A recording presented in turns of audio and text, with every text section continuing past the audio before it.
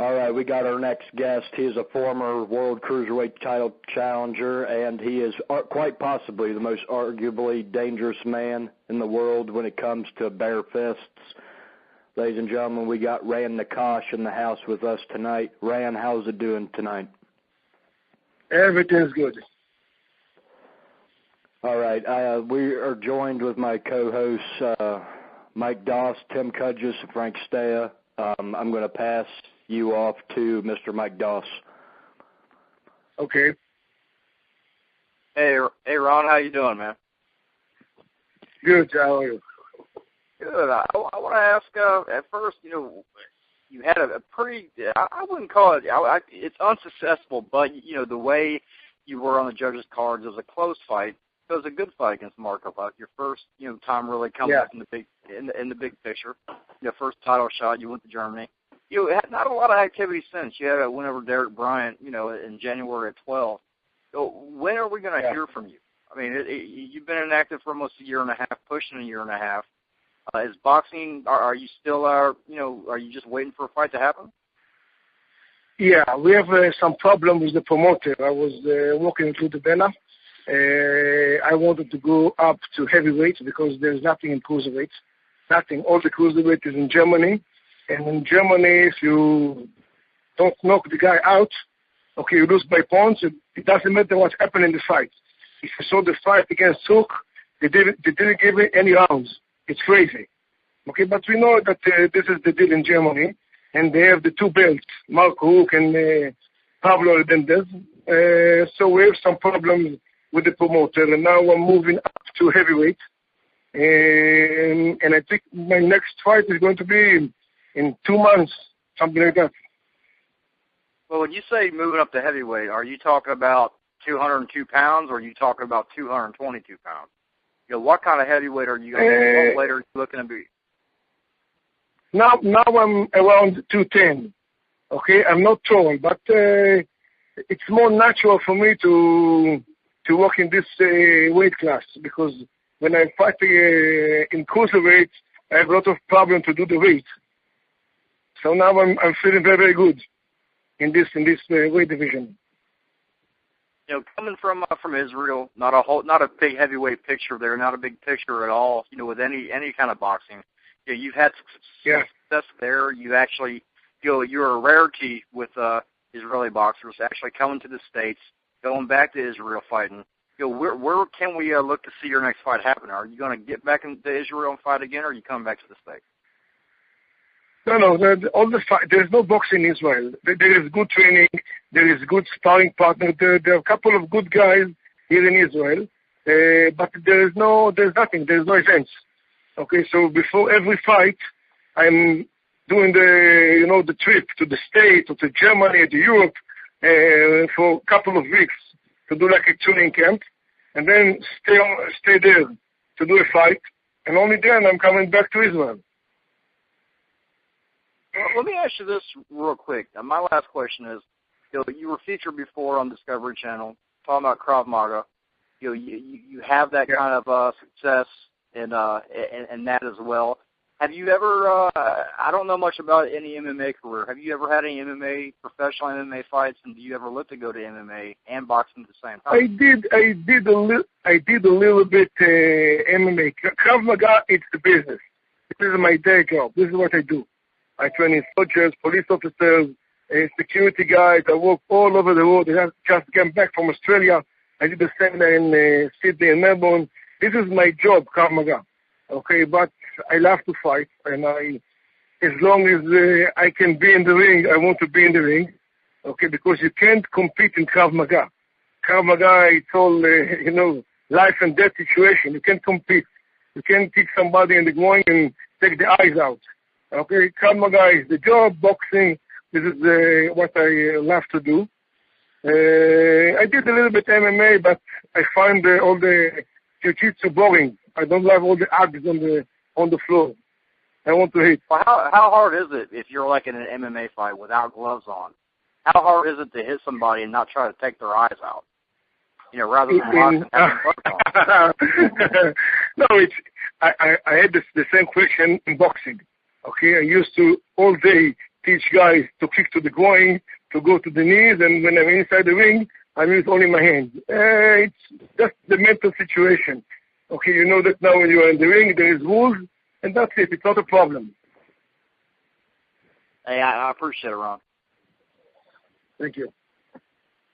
Hey, Ran, you were mentioning about your day job being Krav Maga. I wanted to ask you about what's your whole gym going like. I know from what I hear, a lot of people, that's the one thing that they say you've been up to. You've got a tremendous gym. I know you have a lot of clients out there in Tel Aviv. Is there a Nakash boxing gym, Krav Maga, here in the States? There is a lot of guys that are doing Krav Maga in the States. Meantime, I'm in Israel. I'm doing a lot of seminars. In July, I'm going to be in Arizona. I'm going to do a Krav Maga seminar. It's going to be a big event, like a Hall of Fame of martial arts. And they invite me to do a couple of days of seminar of Krav Maga to all the guys. My base in Israel. I don't think about open a gym in the state or in any other country.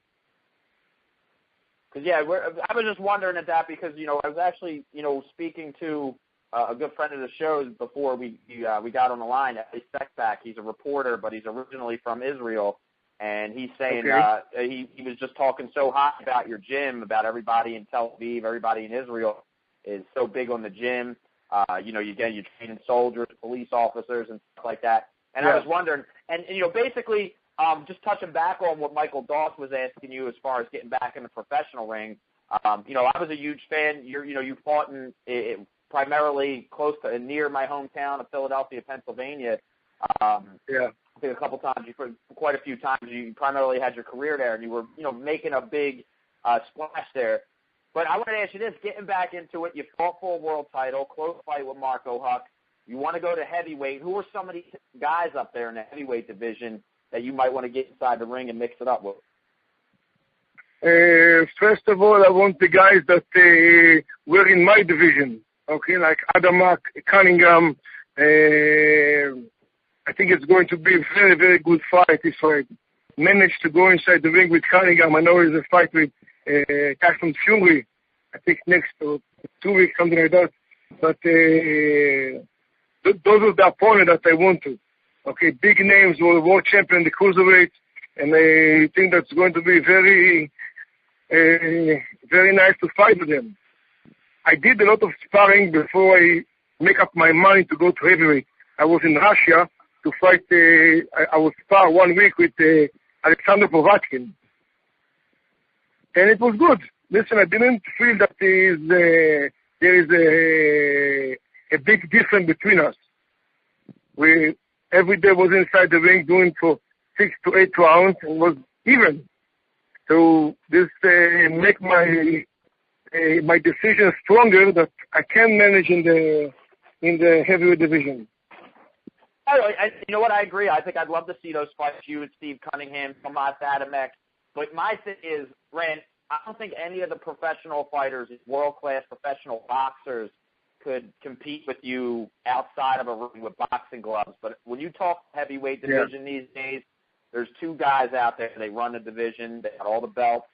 They're about 6'5", 6'6" tall. Ran, you're a big guy. You can destroy, I think, a couple 6'5" guys if they came at you on the street. Well, in that case, but with a Klitschko at 6'5", these guys know they work. Yeah, they're huge. With you, like you say, you go out there and you fight an Adamek, you beat an Adamek, you fight a Cunningham, you beat a Cunningham. You're in the mix with those guys. Those guys would be very interested to think they're picking on somebody smaller. If you had that task ahead of you, could you figure out, the difficult task as the last name Klitschko? Yeah, listen. First of all, they are the world champion, and from what I'm seeing, that they are very decent guys. You never heard them curse or do bullshit. They are professional. They are huge. And listen, if I reach this step to go inside the ring with somebody from the Klitschko brothers, first of all, the money will be good. Okay, and listen, when you're inside the ring, just hit as hard as you can, and that's it. What can happen? This is my only vision about boxing when I talk with guys in my gym that I'm going to fight. Listen, go inside, do the best that you can do, and that's it. You don't need to worry about anything. When you do your best, win or lose, it doesn't matter. Just go inside the ring, hit as hard as you can, and that's it. Ran, I just wanted you to go in there and say, I'll knock him out. That's all. We're just trying to get you talk. We're just trying to get some quotes out of you. That's all.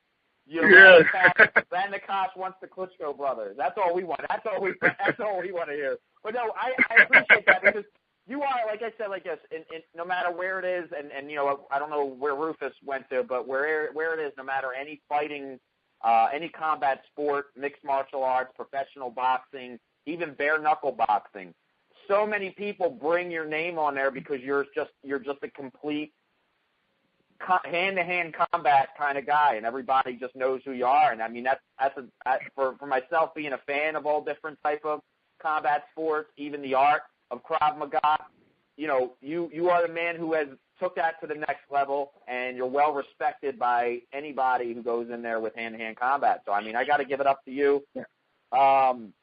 Tim Cudgis, I think Tim Cudgis. Tim, are you still on the line with us? Hey, I want to ask a question to Ran, if I can get back. Yeah. All right, Ran, let me ask you this. It's a serious question, actually. Say that Rufus Deathbauer, our host tonight, he actually had one professional fight. It didn't last too long because he wasn't really prepared for it. And he also went in there against, a top amateur guy. He basically was fed to the wolves. Say Rufus Deathbauer. That guy's probably 160 pounds, 175, something like that. He's not in the best of shape. He comes to you and he says, Ran, I want to get into Krav Maga. What steps would you tell him to basically first start off to get to that? First of all, Krav Maga, everybody can do Krav Maga. Okay, Krav Maga is a system. And I'm using the word system and not martial art because there is no art in Krav Maga. Okay, there is no belt, there is no gi, nothing. Okay, the simple rule is in Krav Maga is to stay alive. I have little kids and I have grown people. Okay, somebody in the age of 60. They all doing Krav Maga. The nice thing, the good thing in Krav Maga is when I'm talking with women. Okay, how to fight a man that try to rape you. When you attacking weak points, it doesn't matter how big you are. When you take your fingers and put inside somebody's eyes, you kick to the groin, okay, you attack to the throat, it doesn't matter how big the attack is. Okay, weak point to weak point. So it's no age in Krav Maga. Everybody can do it. And this is what we teach. Okay, when I get a group of soldiers, I don't have a lot of time. It's not like a boxing gym that they're going to be in the gym 3 times a week for 2 hours and you have a lot of time. Okay, those guys need to go outside of the field. I have 3, 4, 6 hours. That's it. Okay, and in these 6 hours, I need to give them tools. Okay, to manage outside. Now, is there anything with Krav Maga? Is there any? I know you teach these guys how to basically do certain moves, but is there also a training course basically to keep the body fit to be able to do these moves? Yeah, of course. Like say if Rufus walks in and he's out of shape, which is pretty much every day, he wants to get in the Krav Maga. He tells you, hey, Ran, I really want to do this. I really want to. Yeah, you give them steps, but are you guys training all the time as well? I mean, are you trying to? What kind of steps do you guys take to keep your body, in the right shape? And just listen. Do you guys run or do you guys swim? I mean, is there certain? You need condition. It's part of the game. Okay, when I don't know somebody that hears us now, when I was in a situation outside the street and fight somebody, in a second the pulse is very, very high. Your hands are shaking. Okay, and condition, it's part of the game. If you want to become this sort of teaching every day, if you want to become like a fighting machine, okay, to react to any situation, you need to be in good shape. You need to keep training. Listen, they are not professional. They're not training from morning to evening, but you need to do twice a week condition, twice a week technique, and it's going to be fine. Okay. Well, yeah, I appreciate it, Ran. Thanks a lot. Right. Well, Ran, let me ask you this too, man. You know, I appreciate you giving all that great information there. But where could our listeners find more about you? Whether I know you have a website. I just had it up. Yeah. It's rannakash.co.il. Did I get that right? No, this is the site of my gym. Okay, but I have another site of Krav Maga. The name is Nakash Krav Maga. Okay. Yeah, and I'm looking up right now. Okay, check it out. This is a very new site. Krav Maga. I'm getting it up right now, Yes. and we're gonna put that out there. Okay. And there's all the information about our seminars. Yeah. The Krav Maga Pictures, everything. is what I'm looking. Okay. We got it right there. So yeah. Hey, Ran, we appreciate this, and I was wanting that one. I don't know, Rufus, are you still there? Oh, I'm still here. I'm just listening to all you rattle on. Well, get Rufus. I didn't know you passed the thing in there instead of making it personal. Knock in here and get the interviewing. Oh yeah, I want everybody to have their chance of RAN NAKASH. So I figure I'll take my 5 minutes with them or so. How you doing, Mr. NAKASH? Very good. Well, I don't particularly have any questions so much about fighting as with the whole political situation going on in Israel. I know you do some promoting, you do some training out there in Israel, but with all the threats of violence, from Syria and other bordering nations, how does that not only affect you as a promoter, but, as an Israeli citizen, tell us how hard it is, over there for the people of Israel. Listen, we have been in a war situation for 48. So everybody, if you will be in Israel someday, you're not going to see guys that are walking outside the street afraid if there is a suicide bomber inside the bus. After 2 hours, nobody's going to talk about it. Okay, the people here, it's part of our day life. Okay, the situation in Syria, nobody cares about it. Okay, the situation with Iran, nobody cares about it. Okay, because we are used to it. Okay, we just finished like a big operation in Gaza. We're shooting missiles on Tel Aviv. Okay, no problem. I have some guests from the States in my gym that come to train Krav Maga. In the same day, there are missiles on Tel Aviv. The guys go nuts. They run downstairs to the shelter. Everybody else in the gym just stay and keep on training. Nobody cares. This is the situation here. Well, you're called the Israeli James Bond, because of your service with the Israeli military, because you're one of the baddest, man. You're one of the biggest badasses on earth. We're just going to cut through the fat. But you've demonstrated Krav Maga techniques on television shows like on Discovery. But a lot of people, including myself, worry for Israel's safety as a nation, considering all these threats. Mm-hmm. But in your estimation, just how advanced capable is Israel's armed forces if Syria and all these places wanted to fuck with Israel? Listen, the thing I can tell you that everybody in the army now, everybody is training. They're training for something big. I don't know what. Maybe Iran. I don't care about Syria because Syria, it's not only our problem. But Iran is the big problem now. They want nuclear weapon, and I don't think Israel is going to let them. So one of those days, somebody is going to attack over there. And there is going to be missiles on Tel Aviv. And okay, it's, part of the game. Because when in the other side, the guy is crazy. And we know that in the second that you have a nuclear bomb, he's tell you in your face, I'm going to destroy Israel. So if there is going to be war, again, it's part of the game. Well, I want to say I'm a believer in the Bible and of the teachings of Jesus Christ, and it is a commandment to always say prayers for the peace and safety of the people of Israel. And I just want you to know, and I want you to tell the people there, that there are people out there all around the world that really, really hope for the best of Israel and know that Israel is going to come out on top. So I just want to say that. Thank you very much. But thank you very much.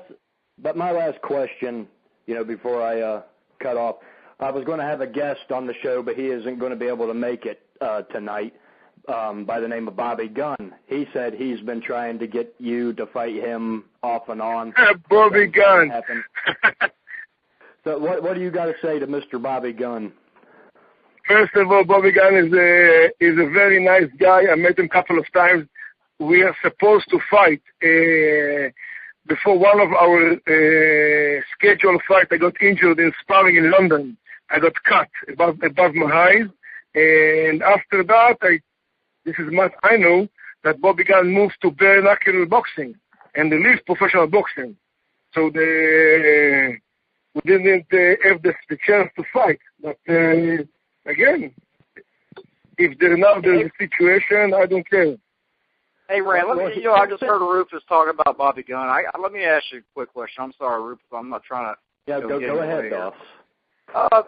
Basically, you in Krav Maga, if somebody, and I'm being honest, 100% honest, if you lost the use of your fingers to basically, pull somebody's eyes out or do whatever, what would you do? Would you still use, would you still find another way to basically take care of your opponent?